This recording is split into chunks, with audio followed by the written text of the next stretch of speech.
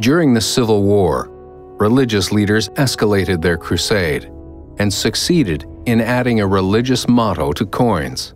The campaign was spearheaded by Secretary of the Treasury Salmon P. Chase, the most religious member of Lincoln's cabinet. Chase claimed responsibility for having "In God We Trust" stamped on the 2-cent coin, and took credit for Lincoln's invocation of God at the conclusion of the Emancipation Proclamation.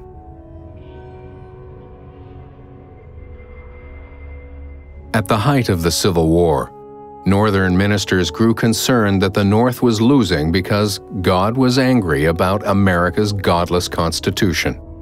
Ever since the founding of the nation, Christian clergymen had grumbled about the Founding Fathers' decision not to mention God in the Constitution.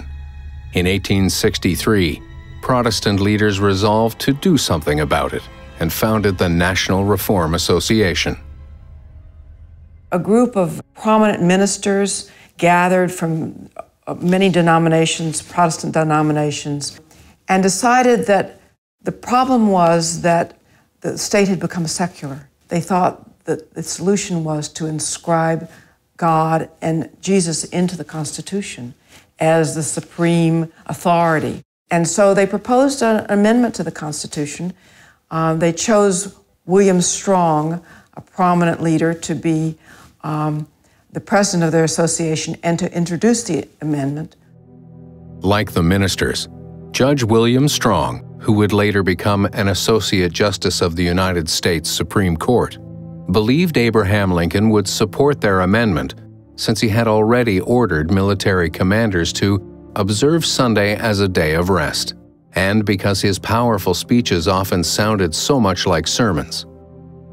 Ironically, Lincoln's best-known speech contained a biblical phrase which was also used by Thomas Paine in Common Sense.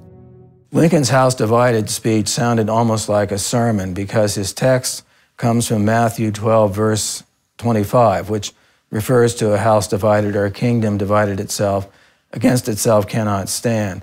Lincoln knew the Bible thoroughly, particularly was fond of the Gospel of Matthew. Whether he uses this because he knows that his listeners, steeped in the Bible, largely Protestant Christians, are going to warm up to his thesis is unknown. Lincoln is a very canny politician.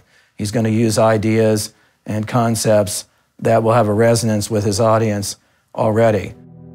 Despite his gift for biblical oratory, Abraham Lincoln did not champion the Christian Nation Amendment.